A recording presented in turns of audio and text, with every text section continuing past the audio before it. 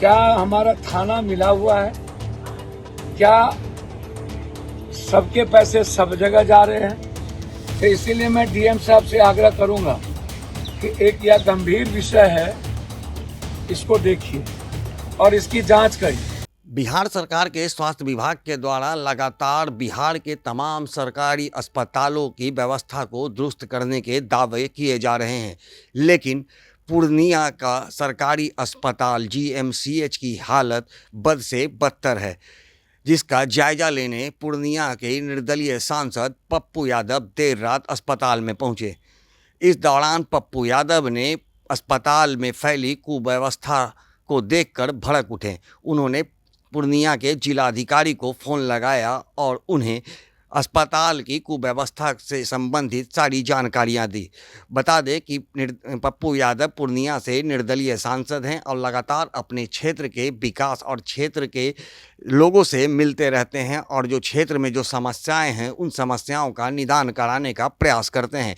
इसी कड़ी में पप्पू यादव देर रात जीएमसीएच अस्पताल पहुंचे, जहां पूरी तरह से उन्होंने कुव्यवस्था पाया। उन्होंने कहा कि अस्पताल में सीसीटीवी कैमरे नहीं हैं, अस्पताल में डॉक्टर मौजूद नहीं रहते हैं और जो जूनियर डॉक्टर होते हैं वो सभी तमाम लोग किसी भी समय मरीज के या उनके परिजनों से लड़ाई झगड़े कर लेते हैं।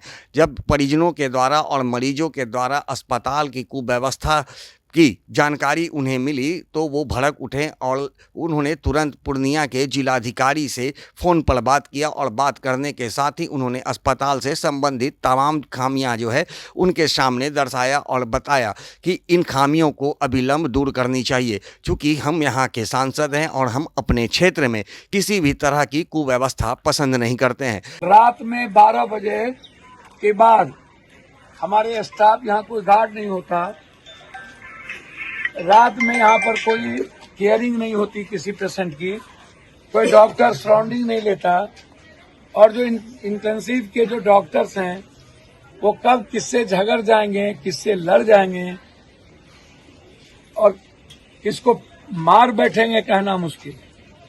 तो इसीलिए मैं डीएम साहब से आग्रह करूंगा कि एक यह गंभीर विषय है, इसको देखिए और इसकी जांच करिए। दूसरी बात, यहाँ से लगातार मोटरसाइकिल चोरी होती है। कल भी एक पेशेंट आया और 1 घंटे के अंदर उसकी गाड़ी चोरी हो गई। क्या हमारा थाना मिला हुआ है? क्या सबके पैसे सब जगह जा रहे हैं? मैंने अभी थाना प्रभारी से कहा कि गाड़ी 48 घंटे के अंदर चाहिए। सीसीटीवी फुटेज यहाँ कहीं नहीं है, आप इसको देख लीजिए। मैं सिर्फ विधानसभा चुनाव तक मर्यादाओं का ख्याल रखूंगा, लक्ष्मण रेखा पार नहीं करना चाहता हूं और जिस दिन मैं पार करूंगा और मर्यादा इंसानियत के लिए खो दूंगा वह बहुत कष्टदायक मेरे लिए भी होगा और सबके लिए होगा। बता दें कि पप्पू यादव लगातार अपने क्षेत्र में भ्रमण करते रहते हैं, चाहे वो अस्पताल हो चाहे सरकारी विद्यालय, तमाम चीज़ों का वो जायजा लेते रहते हैं और संबंधित पदाधिकारियों से इस बारे में बात भी करके उन समस्याओं का समाधान करने में का प्रयास भी करते हैं। इसी कड़ी में स्वास्थ्य विभाग के दावे का पोल खोलता हुआ पूर्णिया अस्पताल का उन्होंने जायजा लिया, निरीक्षण किया, चाहे वो ओटी हो या फिर मरीजों के रहने की व्यवस्था, खाने की व्यवस्था, बिजली, पानी और तमाम जो सुविधाएं मिलनी चाहिए मरीजों की, उन तमाम चीज़ों की जानकारी ली।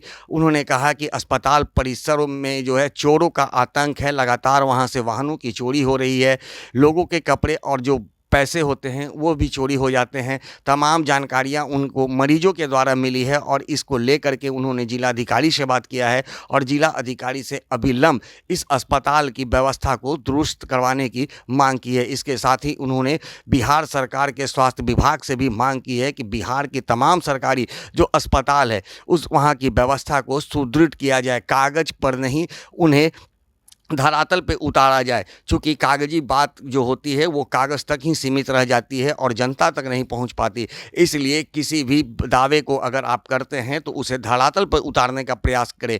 तो कहीं ना कहीं एक बार फिर से सांसद पप्पू यादव अपने क्षेत्र में फैली कुव्यवस्था का जायजा लेने पहुंचे हैं और सरकार पर बड़ा हमला किया है। अब देखना दिलचस्प होगा कि जिस तरह से पप्पू यादव एक सरकारी अस्पताल का निरीक्षण करने पहुंचे हैं और संबंधित जो बातें हैं वहाँ के जिलाधिकारियों तक पहुँचाने का प्रयास पहुँचाया है, और अब जो स्वास्थ्य विभाग है, इस स्वास्थ्य विभाग के द्वारा इस अस्पताल को लेकर के क्या कुछ एक्शन लिया जाता है वो फिलहाल देखना दिलचस्प होगा। सहयोगी ऋतिक के साथ ज्ञानेंद्र वर्मा, आर्यन खबर, पटना।